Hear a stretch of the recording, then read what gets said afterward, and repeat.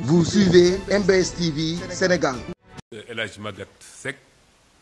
je suis le directeur du centre hospitalier régional de Saint-Louis. Je voudrais par cette occasion faire quelques éclaircissements sur la situation qui prévaut au niveau des réseaux sociaux. Il m'a été donné de constater donc, une collecte de fonds pour venir en aide la morgue de l'hôpital de Saint-Louis. Je voudrais préciser que l'association était venue donc ici au niveau de l'hôpital. Elle avait souhaité me rencontrer, chose que j'ai accordée, pour qu'on puisse donc souhaiter me remettre des climatiseurs au début. Donc je les ai reçus et lors de l'audience, ils n'ont pas remis des climatiseurs, mais ils m'ont demandé tout simplement peut-être de visiter la morgue. Je demande donc à l'hôpital d'aller les accompagner pour qu'ils puissent visiter la morgue. Malheureusement, à l'issue de la visite, ce qu'ils ont fait est inadmissible. Ils ont pris des images qu'ils ont donc diffusées au niveau des réseaux sociaux, tout en organisant sur la sensibilité des personnes une collecte de fonds. Et cette collecte, l'hôpital est ni de près ni de loin impliqué à cette collecte. Je voudrais préciser que l'hôpital a toutes les institutions, les services qui sont là, qui sont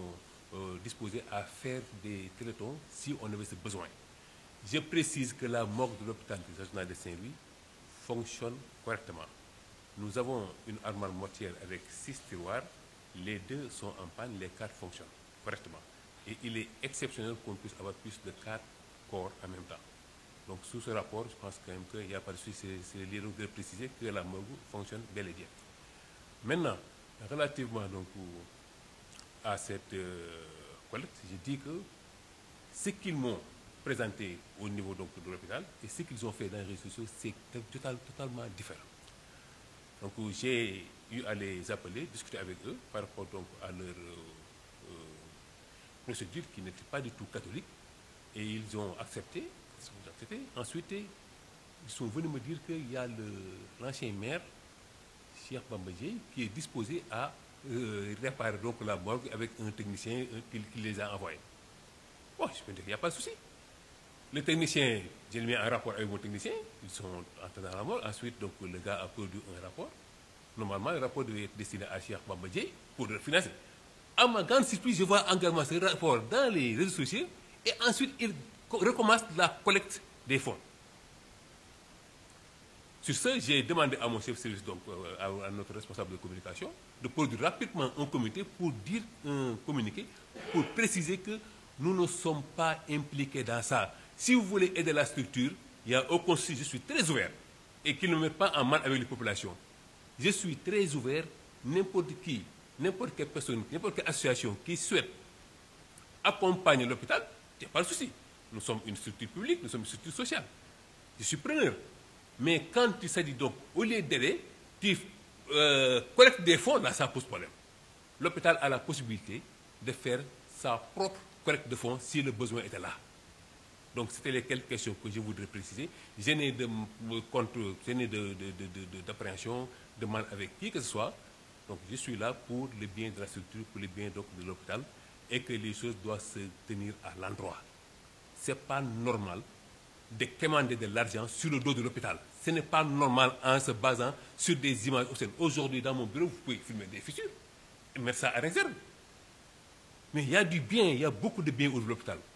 Ça, ce n'est pas bien. Ce n'est pas bien pour la structure, ce n'est pas bien pour Saint-Louis. Et c'est ce que je fustige jusqu'à mon jusqu'à la dernière énergie. Je vous remercie.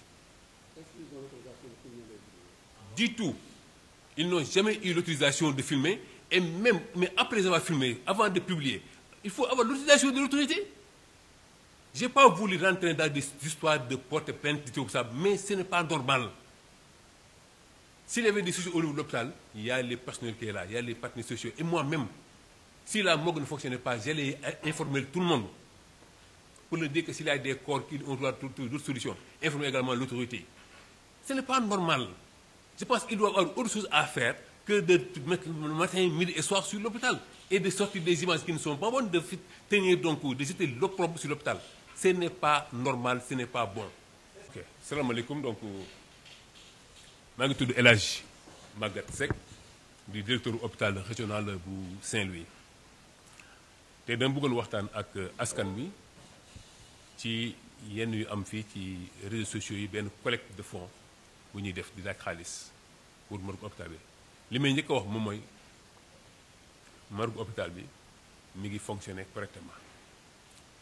am nañu 6 tiroirs cadres yi ñu ngi fonctionner normalement te exceptionnellement rarement la ñuy amandoo fii lopp ñeenti koor te fii sax Sénégal yéen xam nga lu weddi nit ki fu fi gaañu suba balaa ngoon ñu ngi denc la fu fi gaañu ngoon boo xëy su nga denc la donc lu fi yàqu amu fii loolu ma préciser leen ko mu leer donc léegi ñoom dañu fi ñëw benn jour bind ma ne ma dañu ma bëgg a rencontrer dañu ma bëgg a may climatiseur morgue bi ma leen bisimilah ma xëy ma ne bu soo ñëw leen ñu ñëw fii wax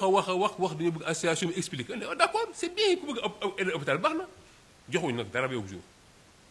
ñu paree noonu ne ma dañoo bëggoon dem xool morgue visiter ko ma ne baax na dama leen ngi visiter boo leen ak Zahir mi ñu dem visiter avant dans si ñetti fan après ma gis ay images ci réseaux sociaux yi ñu génne morgue filmé fii lii am fa ba di laaj xaalis ku leen laaj loo xaalis bu dee yow da ngay dimbali da ngaa bëgg a dimbali hôpital te amoo xaalis nga toog nan nga dimbali nan war a di ñaan xaalis pour dimbali loolu fu mu am da ngaa bëgg a dimbali rek jëlal nga joxe nga am sama dimbali gi nii waaye dama bëgg a dimbali ñëw filmé dem di ñaan loolu kay ñun hôpital ñun am nañ service yëpp am nañ service social am nañ service communication am nañ lépp bu ñu tolloon foofu bay def ñaan collecte def téléthon mën nañu ko defal suñu bopp def ko donc loolu mooy li fi am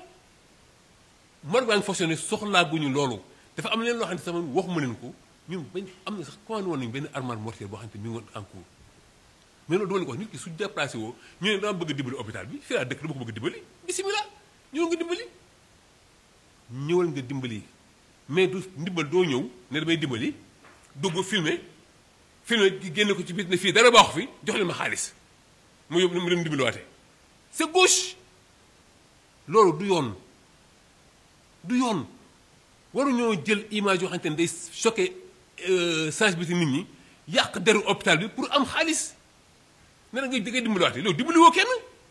kenn nga dimbaliwul loolu mooy dëgg bi ñu paree ko ba leen waxee ne li nga def baaxul ñun na d'accord ñu ñëwaat fii ne ma léegi Cheikh Bamba Dièye ancien maire fii dafa bëgg a defar morgue bi nee na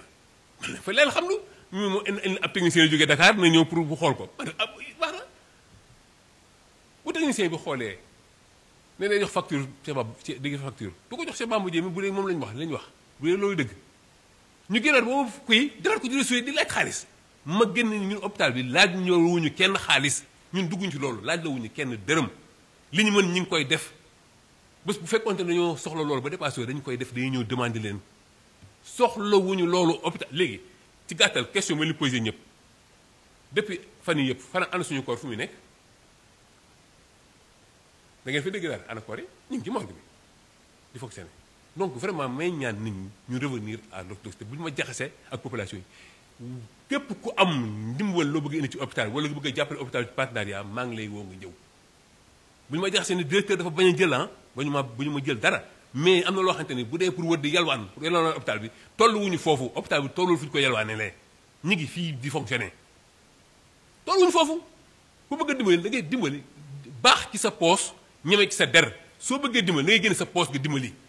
mais bu dee wër yalwaane pour dimbali loolu ça pose problème kenn musuma jox kenn ndigalu filmer dara musuma autorisé kenn nga filmer pare na ma autorisé leen ngeen génne ay film vidéo li nga def bu fekkoon ne wata ci yoon dama leen waroon a teg yóbbu ci yoon lii du dëgg du yoon mais nañ ñu bàyyee de grâce hôpital bi ñu ngi doxal ndànk dem di dem ndànk li ngi def nii amut njariñ benn njariñ amu ko li gën a wër nga dem wuta leen mais lii du liggéey ça c'est pas un job du liggéey ngeen man daal fi ñu toll nii jotaguma dara ci ñoom te leen aussi am na association du ñoo jox dara parce que am na loo xamante ni fa ñu ko jaaree foofa baaxul ba pare aussi au lieu nga def sa mea culpa da ngay waraat di expliquer di jaxasewaat xel nit ñi lu ne nga di ko expliquer lii dara gënu koo yomb lii mooy li fi am li am gàttal ñooy ñëw dañuy dimbali hôpital bi dañu koy jox climatiseur bi ñu ñëwee joxe ko ñu climatiseur dugg filmer wër di laaj xaalis loolu mooy li fi ne ëppateeku waat ne Cheikh Bamba Dièye dafa ñëw pour defar morgue bi indi ak technicien bu ñëw xool ne 19 millions moo koy defar ñu jaar 19 millions yi dugalaat ci biir affaire bi di laaj 19 millions la ñuy defar loolu du dëgg du yoon dëkk bi dañoo war a waxante dëgg